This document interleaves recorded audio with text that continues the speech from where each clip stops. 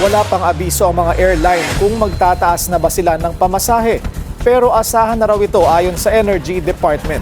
Yan ang agenda report ni Hannah T. Live mula sa NAIA Terminal 3. So Hannah, magmamahal na nga ba ang airline tickets?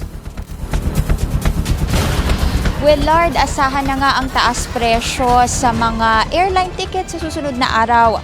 Ayon kasi kay Energy Secretary Sharon Garin, kasunod ng oil price hikes, apektado direkta rito ang mga presyo ng airline ticket. Hindi lang flight cancellations ang nakaamba sa mga biyahero sa mga susunod na linggo. Masusundan din kasi ito ng taas presyo sa airfares. Kaya raw dapat maging prudent tayo pagdating sa ating spending habits. Ayon sa panayam kay Energy Secretary Sharon Garin sa On Point ng BNC. If the fuel increases, the fares will be more expensive. Mamahal talaga yung ticket natin yan pag lumilipad. Talagang tataas talaga yung presyo ng pamasahe. Wala pang nailalabas na timeline at porsyento ng posibleng airfare hike sa ngayon. Kasunod yan ang naunang pahayag ni Pangulong Bongbong Marcos na posibleng hindi paliparin ang mga eroplano dahil sa oil crisis at sigalot sa Middle East. Una nang nakipagpulong si Garin sa airlines at mga jet fuel supplier.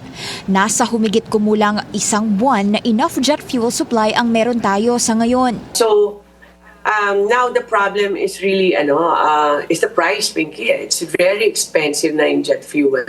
So Cebu Pacific, and PAL will have a hard time also managing with, diba, nakabenta na sila ng tickets. Sa huling monitoring, wala pang official announcement ang mga airline tungkol sa taas presyo. Para kay Carles, tila magiging restrictive ang kanyang galaw bilang biyahero, bunsod ng magtataas ang pamasahe sa air travel.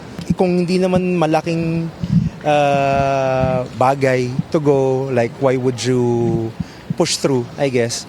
Mabuti na lang daw at nakapag-book sila in advance. Babiyahe siya pa Barcelona. Kasamang ilan mula sa Philippine football team na magko-compete sa Barca Academy World Cup 2026 sa susunod na linggo.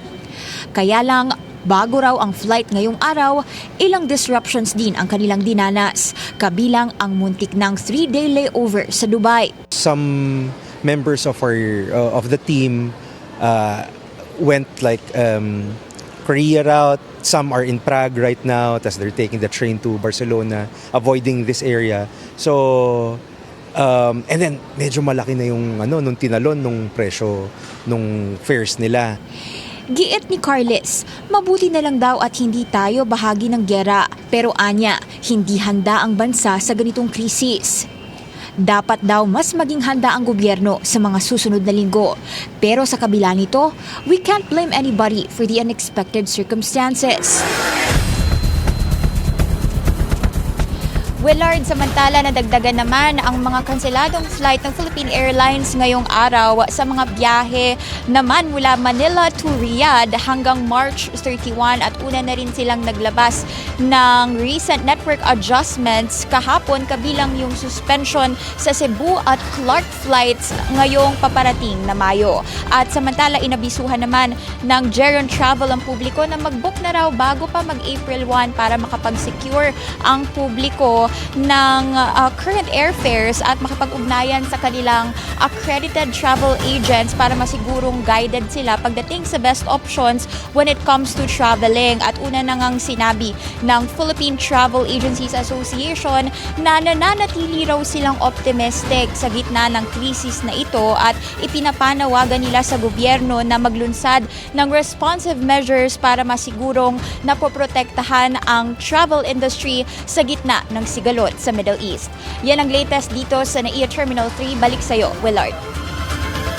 Ana, doon lang sa nabanggit mo na flight cancellation ngayong araw, halimbawa yung Manila to Riyadh flight, nabanggit ba ng airline company yung dahilan kung bakit ito na-cancel? Ito ba ay may kinalaman doon sa krisis sa langis?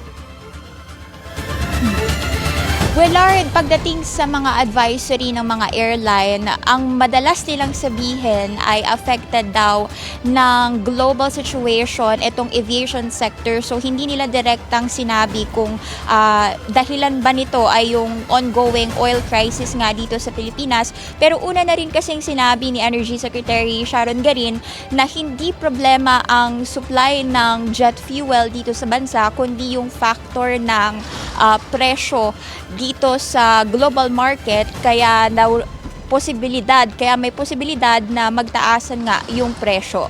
Willard. At Hana, may abiso naman ba sa mga apektadong pasahero? Willard, pagdating sa affected passengers nung mga suspended flights, maaari nilang bisitahin yung official Facebook page ng kanilang mga airline at nag-o-offer naman ang PAL at SebPac ng rebooking, travel credits at syempre yung pinaka-importante dyan ay kung ayaw na nilang bumiyahe ay posible rin ang refund. Willard. Maraming salamat sa update. Hana T, nag-uulat ng live mula sa NAIA Terminal 3. Manatiling nakatutok sa Bilyonaryo News Channel. Sumubaybay sa aming social media accounts at mag-subscribe sa aming YouTube channel para sa mga eksklusibong balita at storya.